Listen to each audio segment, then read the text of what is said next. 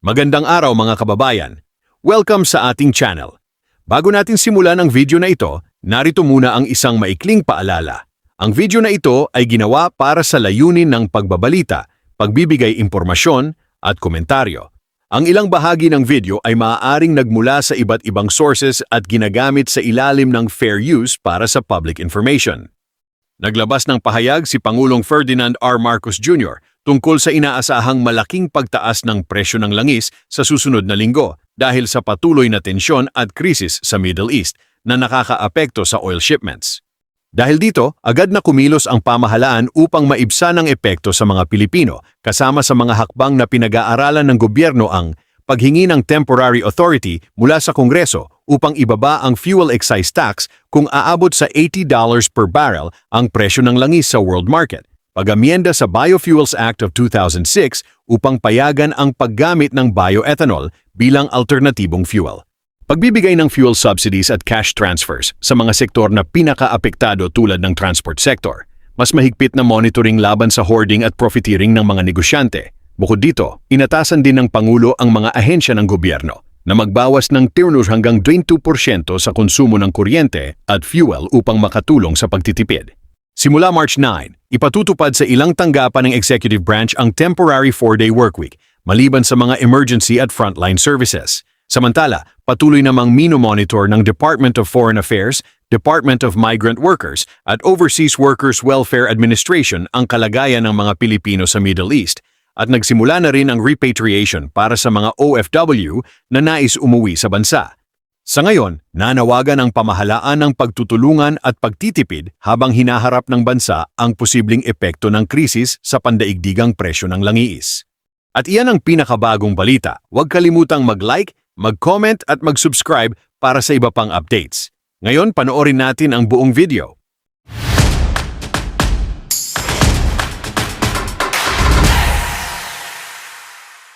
Mga kababayan, ang Pilipinas at ang buong mundo ay kasalukuyang nakakaranas ng epekto ng giyera sa gitnang silangan. Kapag may kaguluhan sa rehiyong iyon, gumagalaw ang presyo ng langis, gumagalaw ang presyo ng kuryente, gumagalaw ang presyo ng lahat ng bilihin. Dahil sa kaguluhang ito, naapektuhan ang pagdaan ng mga barkong nagdadala ng langis sa Strait of Hormuz, isa sa pinakamahalagang daanan ng langis sa buong mundo. Kapag nagkaroon ng problema sa daanang ito, naapektuhan ang supply ng langis at tumataas ang presyo nito sa buong mundo, hindi lamang dito sa Pilipinas.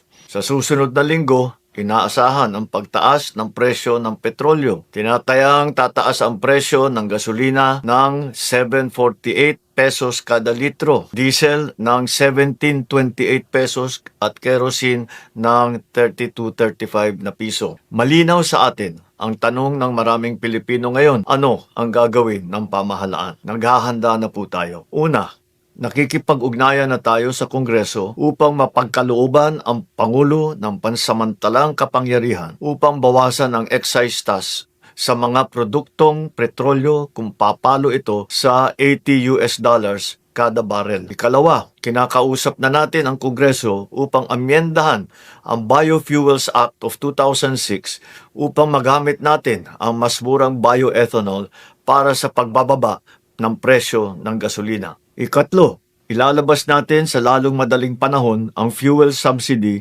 at cash transfer para sa mga apektadong sektor. Makikipagtulungan ang mga ahensya ng pamahalaan at ang mga lokal na pamahalaan upang matiyak na makarating agad ang tulong sa mga nangangailangan. Kasabay nito, patuloy na minomonitor ng pamahalaan ang presyo ng mga bilihin sa mga pamilihan upang matiyak na walang mananamantala sa sitwasyon na ito. Nakikiusap ako sa ating mga negosyante at mga trader, huwag ninyo sanang samantalahan ang sitwasyong ito. Pinapaalala ko sa lahat na ang hoarding at ang profiteering ay labag sa batas. Para naman sa bahagi ng pamahalaan, simula sa Lunes, 9 ng Marso, pansamantala nating ipapatupad ang 4-day work week sa ilang tanggapan ng ehekutibo. Hindi kabilang dito ang mga nagbibigay ng emergency o pangunahing serbisyo gaya ng mga pulis, bumbero at mga tanggapan na nagbibigay ng frontline services sa publiko. Bukod pa rito, Inaatasan ko ang lahat ng ahensya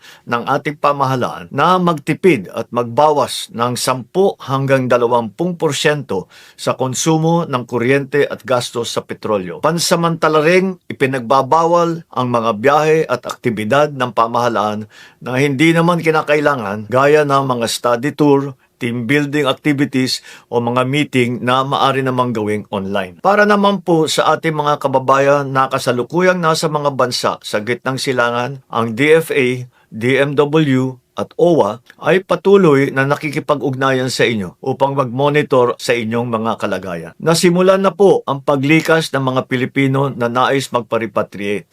At sa oras ligtas na ang pagbiyahe, mailikas na natin lahat. Mga kababayan, hindi natin alam kung kailan matatapos ang kaguluhan sa gitnang silangan. Biktima tayo ng isang giyera na hindi natin pinili o ninanais. Hindi natin kontrolado ang digmaan, pero kontrolado natin kung paano natin poprotektahan ang Pilipino. Hindi ito ang pinakamalalang pagtaas ng presyo ng langis na naranasan ng ating bansa. Marami na tayong napagdaanan na pagsubok. At sa bawat pagkakataon, dahil sa ating pagkakaisa, pananampalataya sa Diyos at malasakit sa isa't isa, nalampasan naman natin ang mga ito. Naniniwala ako na malalampasan din natin ang pagsubok na ito.